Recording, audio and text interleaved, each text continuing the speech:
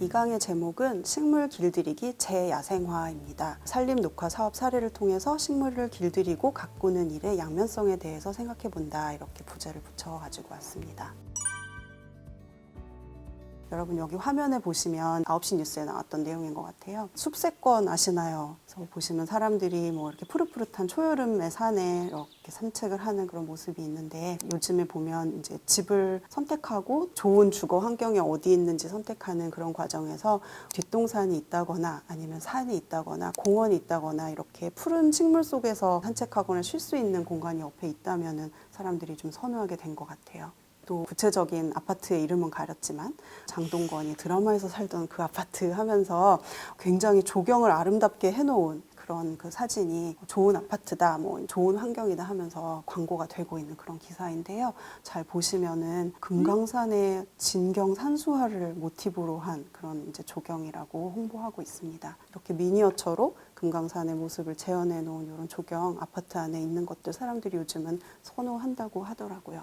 이런 모습들 여러분 굉장히 자연이다, 싱그럽다, 뭔가 이렇게 생각하시기 쉬운데 사실은 사람이 다 만든 거죠. 그래서 우리가 항상 주변에 식물이 많기 때문에 자연이라고 연상하는 것들, 들여다보면 사람 손이 미쳐 있는 것들, 사람이 만든 것들이 굉장히 많습니다. 여러분들은 물론 이제 이 수업을 정원이나 텃밭에서 이루어지는 도시농업에 관심을 가지고 참여하고 계시겠지만, 식물을 가꾸고 길들이는 일 중에 도시 텃밭보다 훨씬 더 스케일이 크고 역사 속에서 수십 년 동안 이루어졌던 거, 그런 사례로 제가 우리나라 산림 녹화 사업 한번 가지고 와봤어요.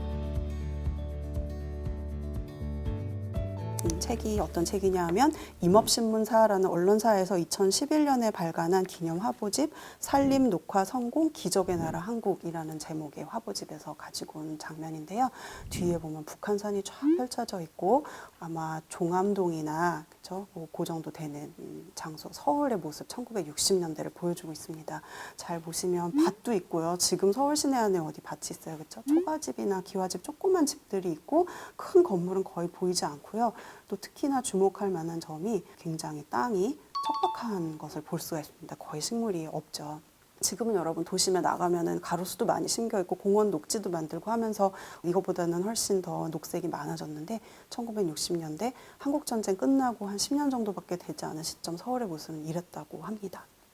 오른쪽은 10년 전쯤 서울의 모습이고 미아동의 모습이에요. 그래서 왼쪽에 있는 북한산 봉우리들이 이제 여기 똑같이 같은 각도에서 보여지고 있죠. 그래서 왼쪽에 있었던 장소가 한 30년 지나니까 오른쪽처럼 고층 건물과 주택과 상가 이런 것들로 꽉 채워지게 된 모습 보실 수가 있겠습니다. 사람이 전쟁으로 혹은 이제 식물을 자원으로 쓰기 위해서 이렇게 척박하게 만들어 놓았던 땅 위에 또 집을 짓고 이렇게 계속 강산이 변하고 있죠. 자, 이거는 같은 책에 실려있는 모습인데 여기는 정확한 그 장소는 잘 모르겠지만 서울은 아니고요. 교외에 있는 다른 아마 강원도 쪽이나 이런 데 있는 산지인 것 같은데, 보면 완전히 모래로 뒤덮여 있는 걸 알 수가 있으니까 어디 사막에 온 것 같죠. 사실 우리나라가 일제강점기 또 한국전쟁을 거치면서 굉장히 많은 산림들이 불타고 파괴되었고요. 그 이후에는 먹고 살아야 되니까 나무를 떼서 불을 떼가지고 연료를 사용하고 뭐 해서 먹기도 하고 이러면서 60년대까지 산림이 완전히 이렇게 다 파괴가 된 적이 있었습니다. 그래서 1962년부터 87년까지 25년 정도에 걸쳐서 우리나라에서 산림 녹화 사업이라는 걸 하게 되고요. 보시는 것처럼 시민들이 모여가지고 나무를 심고 그리고 죽으면 또 갖다 심고 또 갖다 심고 하면서 전국에 있는 이런 모래로 뒤덮인 산들을 우리가 보는 이런 푸른 산으로 정말 가꾸어냈습니다. 이게 세계에서도 유례가 없는 굉장히 기적적인 성공 사례라고 하는데요. 사실 이때 이제 나무가 더 잘 자라게, 척박한 땅에서 잘 자라게 하기 위해서 선택한 수종들이 침엽수가 많았다고 하죠. 소나무, 잣나무 뭐 이제 이런 종류들이 많았고, 사진에서 보시는 것처럼 여기도 잣나무 숲이 이렇게 조성이 되어 있는 걸 보실 수가 있겠습니다. 이런 산림 녹화 사업을 통해서 구성이 되어 있는 이런 산림들, 우리를 지금 굉장히 그 푸른 산속에서 살 수 있도록 해주고 있지만 또 양면성도 가지고 있습니다.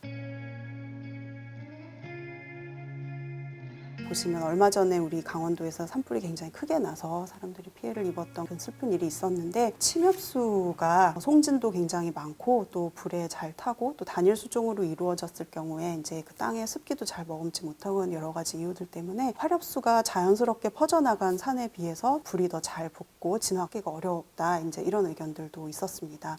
그래서 우리가 굉장히 열심히 그 산림 녹화 사업을 통해서 숲을 꾸몄지만 이제 그렇게 해서 선택했던 수종들 때문에 나중에 가서 산불이 나거나 했을 때 어려움을 겪는 이제 이런 일들 우리가 경험을 할 수가 있습니다.